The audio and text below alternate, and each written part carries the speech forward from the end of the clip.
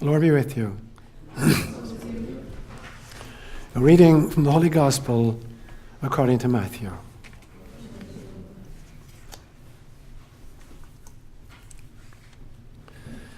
In the time of King Herod, after Jesus was born in Bethlehem of Judea, wise men from the east came to Jerusalem asking, "Where is the child who has been born King of the Jews?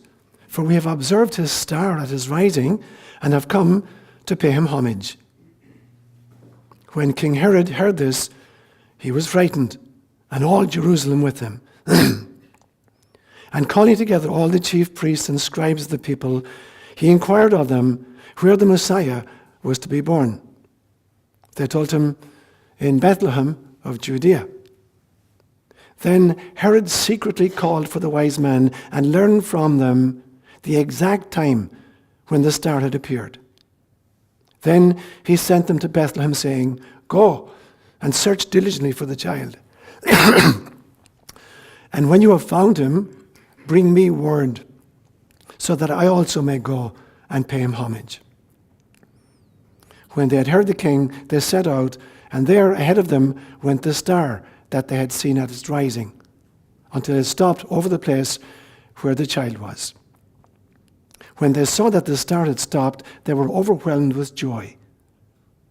On entering the house, they saw the child with Mary his mother, and they knelt down and paid him homage.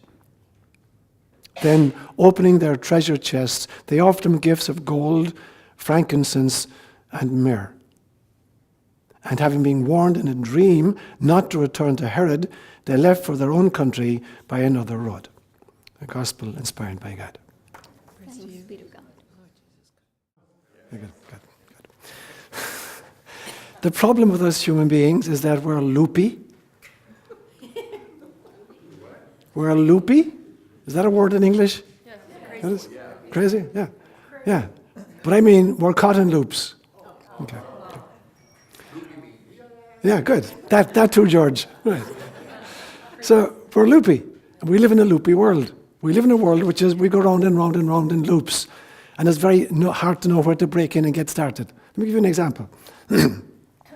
Let's say you've discovered mathematics and you'd really like to know math. You want to study math.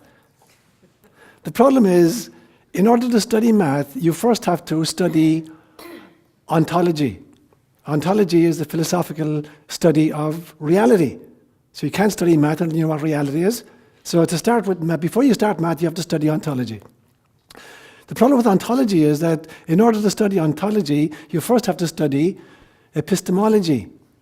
Epistemology is the study of how we know what we know. So you can't even study reality until you figure out how you know what you know.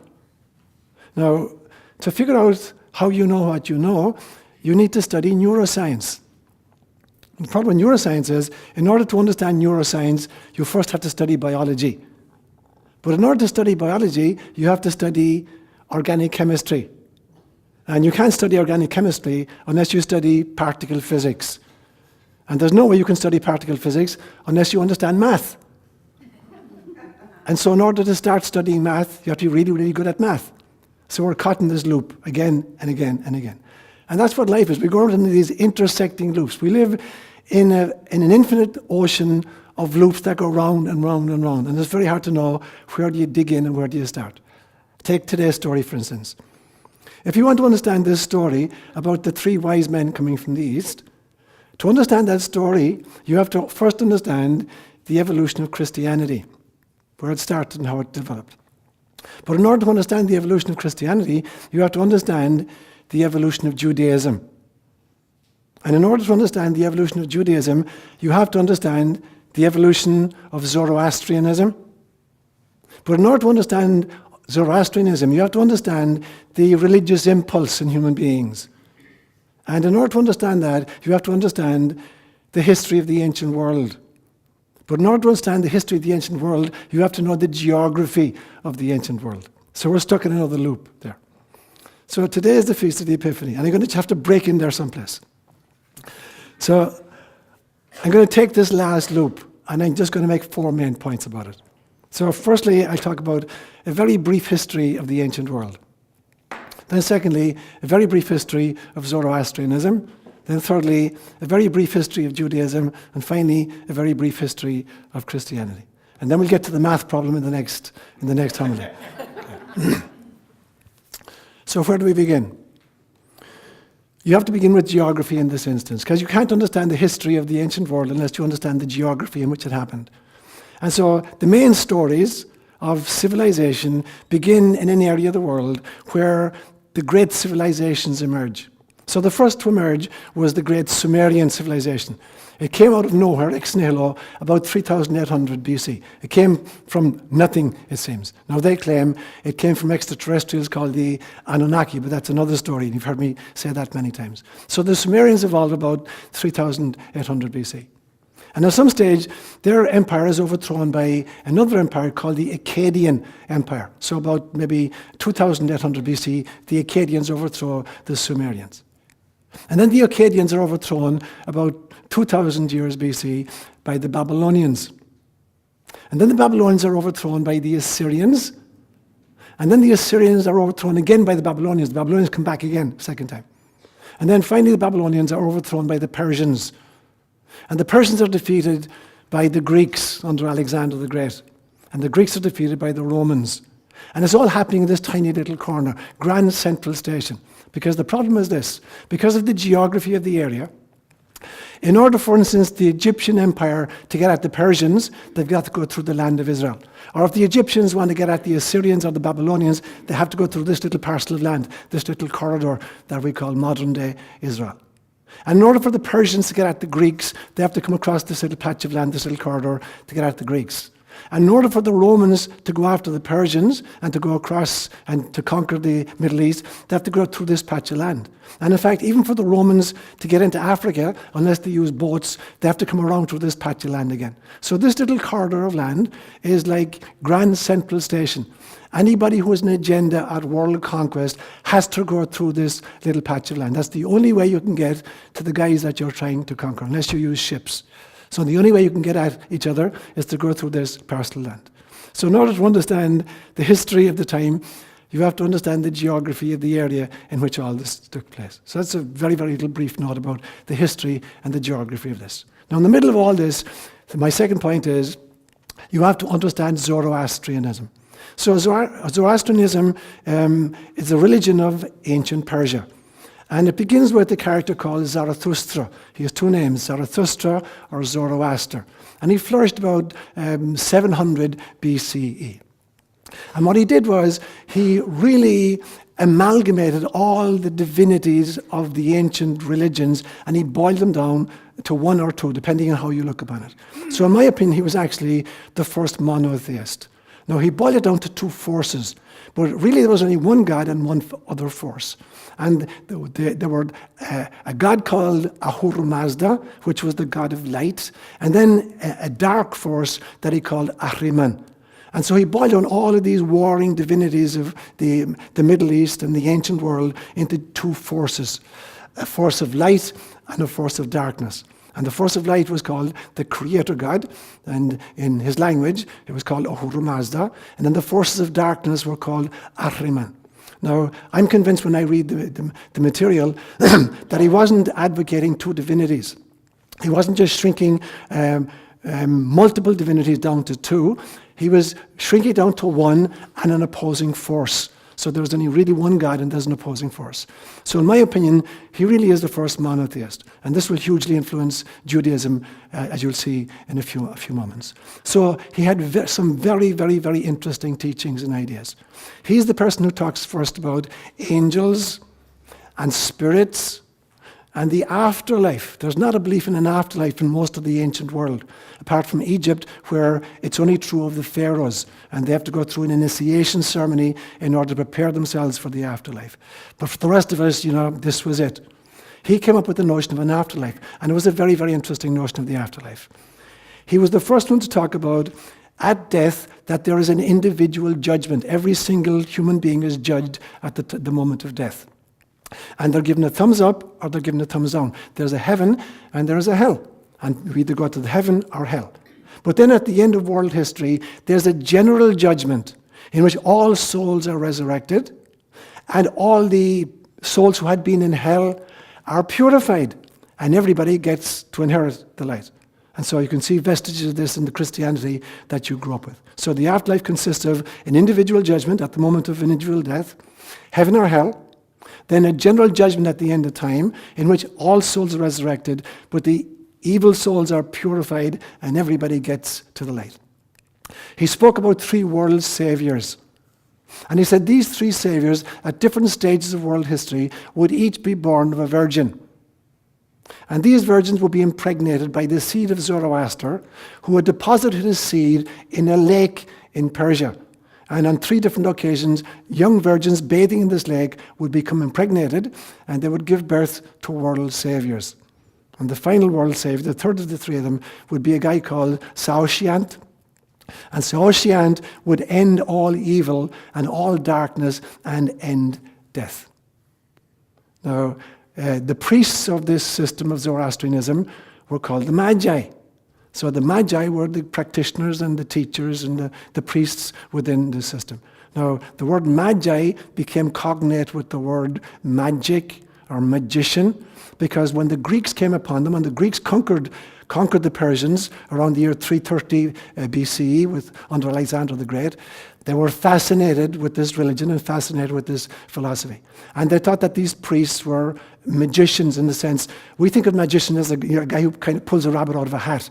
That's not the sense of magic in the ancient world. It's rather magicians are people who have esoteric knowledge. So they're practitioners of alchemy or astrology. And because they know how to read the stars, they can manipulate the fates.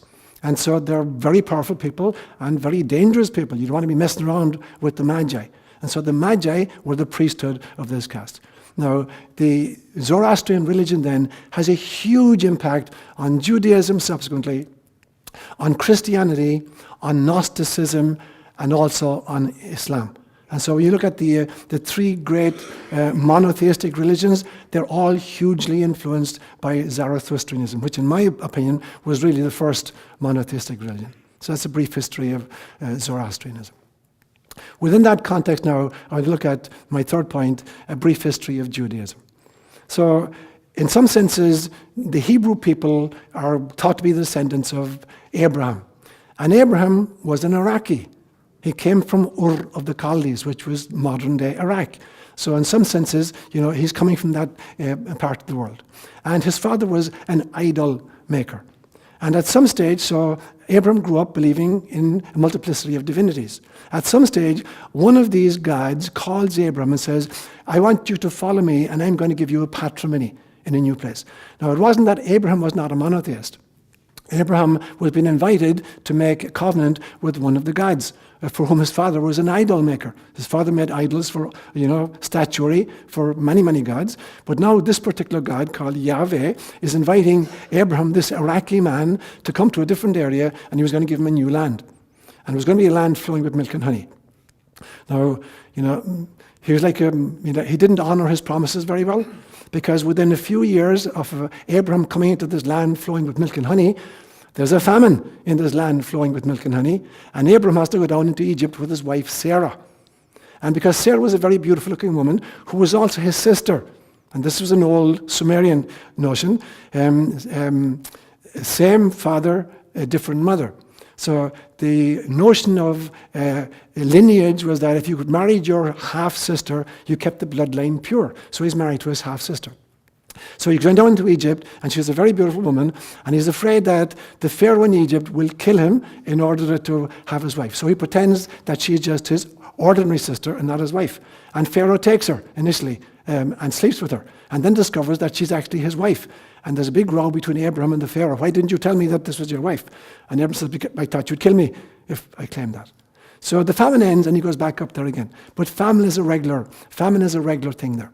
So his grandson, Abram gives birth to Isaac, who gives birth to Jacob. In the time of Jacob, there's another famine. We're now talking about the year 1700 BC. And so the whole tribe has to now go down into the land of Egypt, because there's a huge famine in this land flowing with milk and honey. So Jacob and his 12 sons and his wives and his whole carriage, they all go down into Egypt. And he dies in Egypt.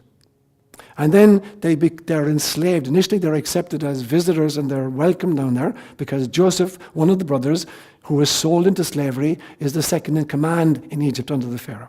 And so they're welcomed initially, but eventually they're seen as a threat and they're enslaved. And they're there for 450 years. And then in the year 1250 BC, along comes this great character called Moses. And Moses leads them out into the desert. And they wander around for 40 years. Now, in actual fact, when you read the text very carefully, it only took them 6 weeks to get to the Promised Land. But when they reach the Promised Land, they send spies in to reconnoiter, because this place is inhabited. And they send spies in, and the spies come back and say, there's no way we can take this country. The people in this country, they're giants. We look like locusts in front of them. So they go back into the desert, they lose heart, and they wander around for 40 years, until that entire generation dies. Until a generation is born that has been born into freedom, not born into slavery and just politically, let go. And so 40 years later, 1210 BC, they come into the Promised Land. The problem is, there's a whole bunch of tribes living in this Promised Land. So it takes them 200 years to conquer it. So in the year 1210, they finally capture Jerusalem. And David installs himself in Jerusalem as the king of the country. And David rules for 40 years, from about 1010 BC to 970 BC. Then he dies in 970, and Solomon, his son, takes over. After purging the family, there's a bloodbath where Solomon wipes out most of the royal family, even little kids, in order to be king. So he takes over the kingdom. And he rules for 40 years, until 930 BC. On his death, the kingdom is divided. There's a rebellion, and the kingdom is divided into 2 sections. A northern portion, which is still called Israel, and a southern portion, which is called Judea. 10 tribes in the north and 2 tribes in the south. So they're at each other's throats now from 930 BC onwards. Now, in the meantime, the great empire of the day is the Assyrian Empire. And the Assyrians come in and they begin to conquer the northern kingdom of Israel. And the southern kingdom of Judah goes into an alliance with the Assyrians against their own brothers in the north. And so the Judeans are spared. So the Assyrians capture the northern kingdom and they deport the 10 northern tribes who were never heard of again. So they're called the lost tribes of Israel. Never heard of again. Some years later, about 130 years later, the Babylonian Empire overcomes the Assyrian Empire, and now they march on the southern kingdom of Judea, and they conquer Judea. They lay siege. Nebuchadnezzar laid siege to Jerusalem in the year 597 BC. And they conquer Jerusalem, and he takes out the king, and he installs a puppet regime, and then goes back to Babylon. But in the meantime, over 2 or 3 years, the puppet begins to roar and starts a rebellion. So the Babylonians come back into the city in 587 BCE. They take the king, and while the king is watching, they kill all of his children in front of him. And then they put out the king's eyes, and then they take him to Babylon as a slave. And they deport the last 2 tribes of Israel, and they're now in Babylon. But in 529 BC, the Persians overcome the Babylonians, and they set the Jewish exiles free to go back to the land of Israel. Now, only a small portion chose to go back. 24,000 people opted to go back. And they begin to rebuild the temple. But in the meantime, there's a 70-year period almost where they're in exile in Babylon. And they come over under the influence of this great religion called Zoroastrianism. And it will hugely shift Judaism.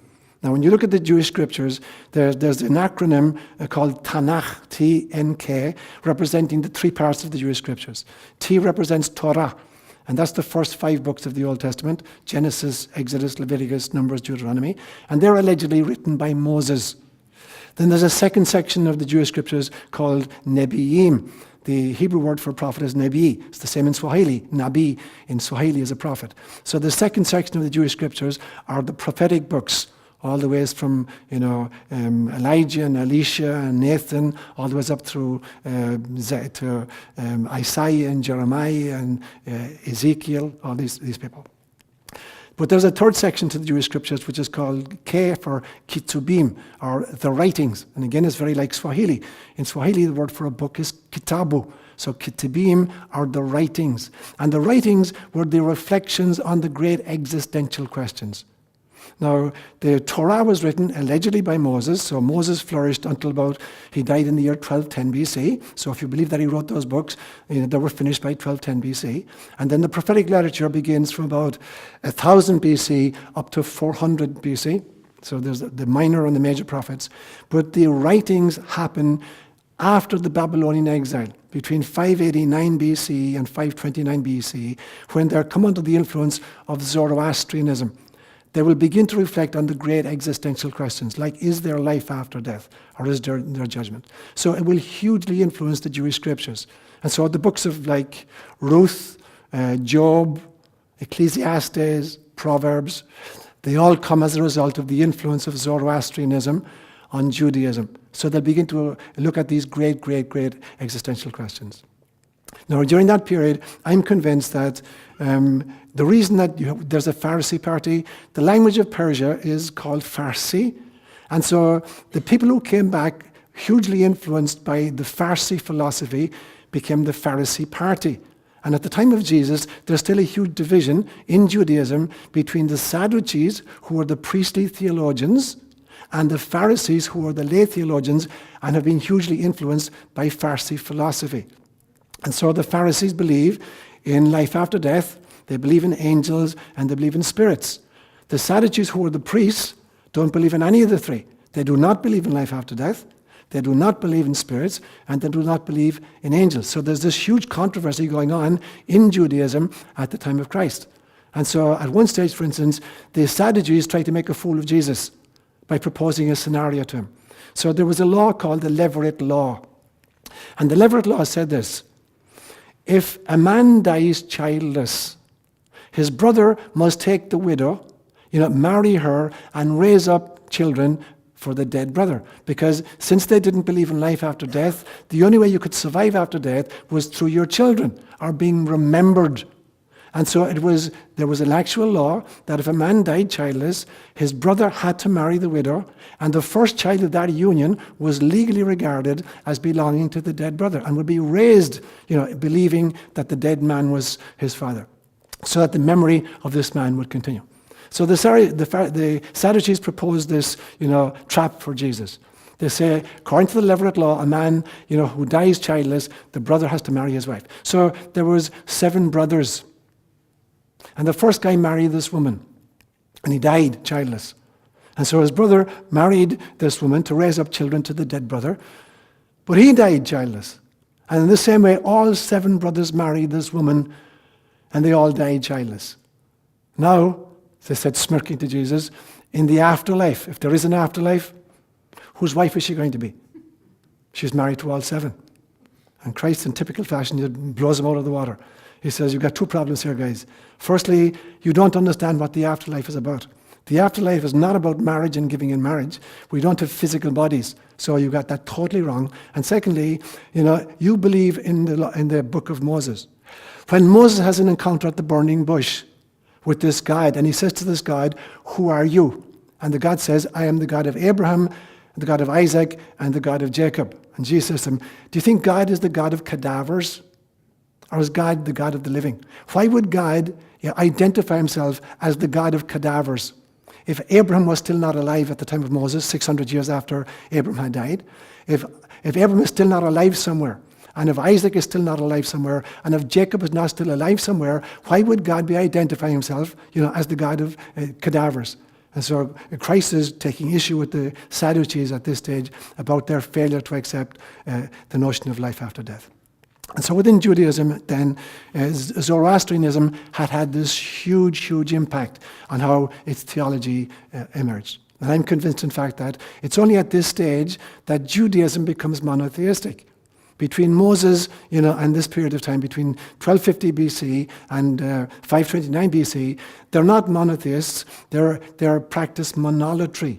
Monolatry is very different from monotheism. Monotheism is the belief that there is only a single God.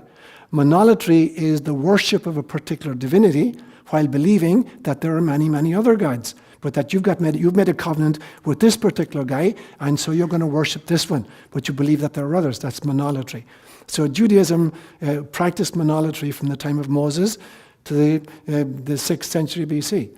It's only when they come under the influence of Zoroastrianism that they move into strict monotheism. So Zoroastrianism will have this huge impact on Judaism.